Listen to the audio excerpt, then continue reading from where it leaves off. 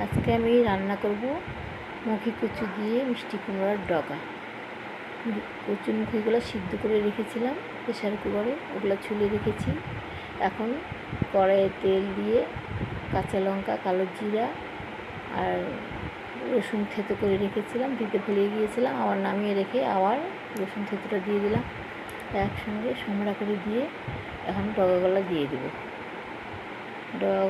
দেবো।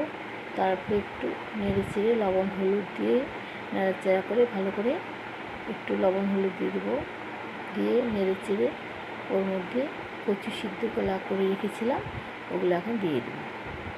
ওগুলো দিয়ে দিলাম। তারপরে গরম জল করে রেখেছি, গরম জলটা দিয়ে দেবো।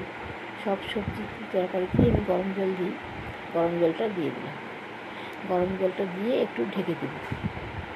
ঢেকে দিলেই সিদ্ধ হয়ে গেলেই হয়ে যাবে। হয়ে গেছে আমার আজকে কচুমুখি ডগা দিয়ে রান্না হয়ে গেছে। আপনারা খেয়ে দেখবেন, খুব ভালো লাগবে, খেতে খুব টেস্ট হয়।